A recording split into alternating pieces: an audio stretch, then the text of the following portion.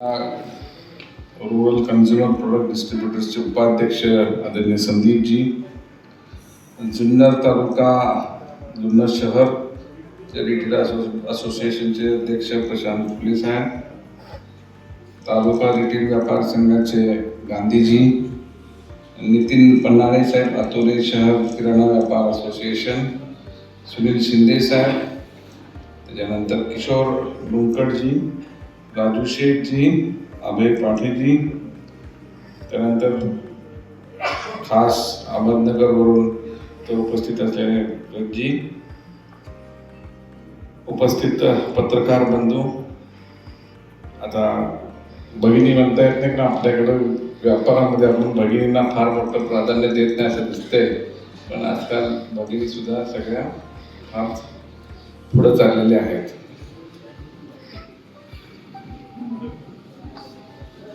हम है हम रहेंगे हे फक्त एक ब्रीद वाक्य नाही आहे,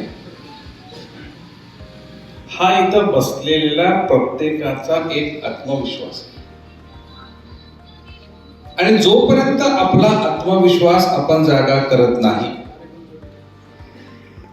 तोपर्यंत होणाऱ्या अधोगतीपासून आपल्याला कोणीही थांबवूच शकत नाही. आपला जर आपल्यावरती विश्वास नसेल तर दुसऱ्या कोणी आपल्यावरती विश्वास का ठेवावा, हा एक साहजिक आणि स्वाभाविक प्रश्नच प्रत्येकाला पडतो. शास्त्रीमानने विचारलं की तुम्ही ते कसं राहू शकता,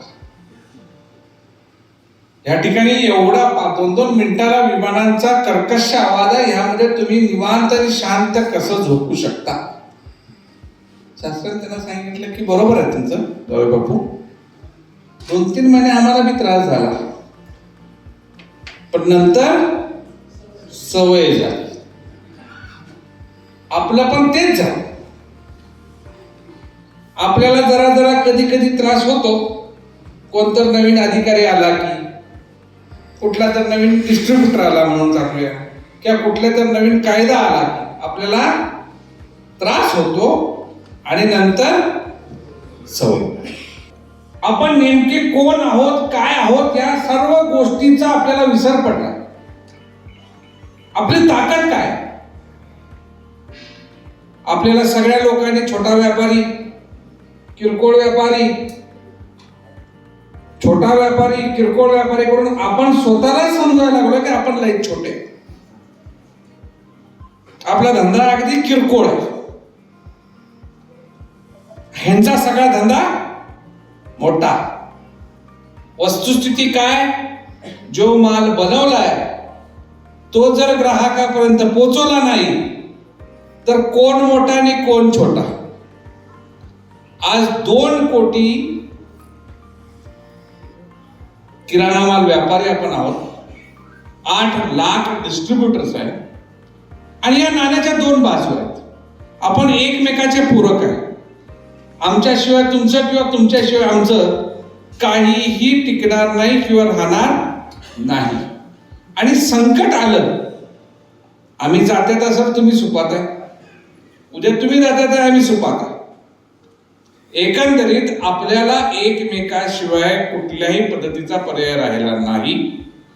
आणि नेमकं आपण कोण आहे याचा विसर पडल्यामुळे आपण आपल्यावरती थोडासा अविश्वास दाखवायला लागलो. आपणच म्हणाला आता काय या व्यापाराचं खरं नाही, आणि किती दिवस चालणार काय माहित नाही. भाऊ, ज्यावेळेस तुम्ही व्यापार चालू केला त्यावेळेस काय परिस्थिती होती, कशा परिस्थितीमध्ये तुम्ही व्यापार चालू केला, कशा जिद्दीनं तुम्ही हा व्यवसाय उभा केला, आणि याच व्यवसायावरती तुम्ही मुलाबाळांची लग्न केली, साखरपुडे केले, त्यांना शिक्षण दिली, गाड्या घेतल्या, घोडे घेतले, बंगले बांधले, सगळं केलं, पण तरी शेवट आज आपण काय म्हणतो, या धंद्यात काय मिळत नाही. आणि म्हणून आपल्या पोरांना काय व्हायचं, दुसरीकडे जाऊन नोकरी कर. नोकरी करणं आपल्याला आता श्रेष्ठ वाटू लागलेलं आहे. आणि ज्या धंद्यावरती त्याला नोकरी करणे लायक पण बनवलं, त्या धंद्यावरचा आपला विश्वास गेलेला आहे.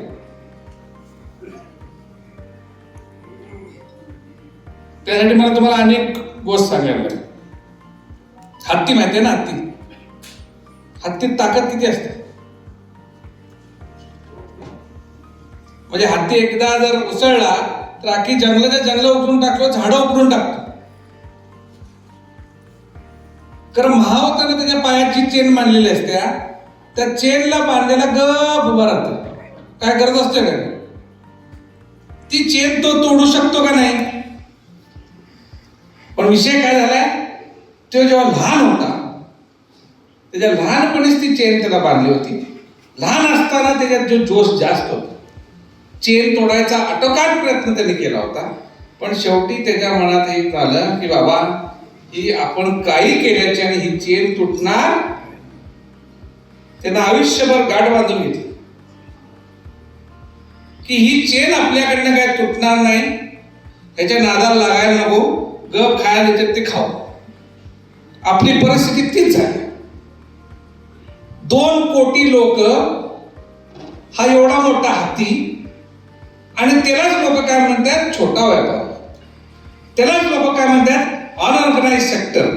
त्या अनऑर्गनाइज ऑर्गनाइज मध्ये आपली पार विल्हेवाट लागायला, ना सरकार बघतंय ना राजकर्ते बघतायत. कारण का किरकोळ व्यापार, किराणा माल दुकानदार, त्याचा कसला धंदा, किंमतच राहिली नाही. आणि जोपर्यंत आपण आपली ताकद दाखवणार नाही, ताकद दाखवायला आपल्याला कुठल्याही प्रकारचे आंदोलन करायचे नाही, कुठेही जायचे नाही. नुसतं एकत्र उभा राहिलो तरी अख्खा देश हादरेल एवढी ताकद आपल्यात आहे. कारण का 2 कोटी लोक जर एका मंचावर आलो तर कुठल्याही सरकारला, आज सरकारने सुद्धा या आंदोलनाची माहिती घ्यायला सुरुवात केली. आणि का करू नये. जे लोक सांगायला लागले आता नवीन नवीन हे क्विक कॉमर्स, ई कॉमर्स, नवीन नवीन प्रकार, दर 3-4 वर्षाला नवीन नवीन काहीतरी प्रकार, नवीन फंडे यायला लागल्यात. त्यांच्या व्यवसायात आणि आमच्या व्यवसायात फरक काय? आम्ही ऑपरेशनल प्रॉफिट मध्ये, कुठलाही दुकानदार रुपयाला माल आणला तर तो 1 रुपया 10 पैशाला विकतो, कधी 99 पैशाला विकत नाही. कारण का तो माझा व्यवसाय आहे. व्यवसाय हा मुनाफ्यासाठीच केला जातो. व्यवसाय हा सामाजिक कल्याण म्हणून केला जात नाही.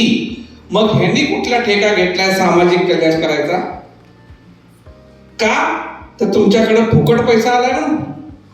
आज 10,000 करोड, 15,000 करोड, 25,000 करोड रुपये बिनकामी, बिनव्याजी, बिना कुठल्याही सिक्युरिटीचे शिवाय त्यांच्याकडे पैसे, आणि हे पूर्ण 10-20,000 करोड रुपये जरी त्यांनी घालवले तरी त्यांच्या दारात काही बँक कुठली उभारायला जाणार नाही. कारण का हे फुकटचेच पैसे आहेत. फॉरेनचे पैसे आले यायला पाहिजे. देशाच्या अर्थव्यवस्थेसाठी फॉरेनचे पैसे अत्यंत गरजेचे आहेत. पण त्याचा वापर कशासाठी व्हायला लागलाय तर तुम्हा आम्हाला या सर्व व्यापाराला संपवण्यासाठीचा वापर व्हायला लागलाय. हे चुकीचं आहे. हे लक्ष सरकारने द्यायला पाहिजे. आम्ही जर आमच्या एका किराणा माल दुकानदाराने किंवा डिस्ट्रीब्युटरने 2-5 लाखाचा कर्ज घेतला असेल, एखादा हप्ता जर तटला तर दुसऱ्या दिवशी बँकेचा एजंट दारातून आमच्या उभा राहतो आणि हे हजारो करोड रुपये संपवतात. आणि ह्या हजारो करोड रुपयाचा वापर फक्त आणि फक्त डिस्काउंट देण्याकरता आहे. 25%, 30% ऍव्हरेज डिस्काउंट तुम्ही देता. आमची मार्जिन 8% आहे. 8 ते 12% आपल्या रिटेलरची मार्जिन आहे. 3 ते 5% मार्जिन डिस्ट्रीब्युटरची आहे.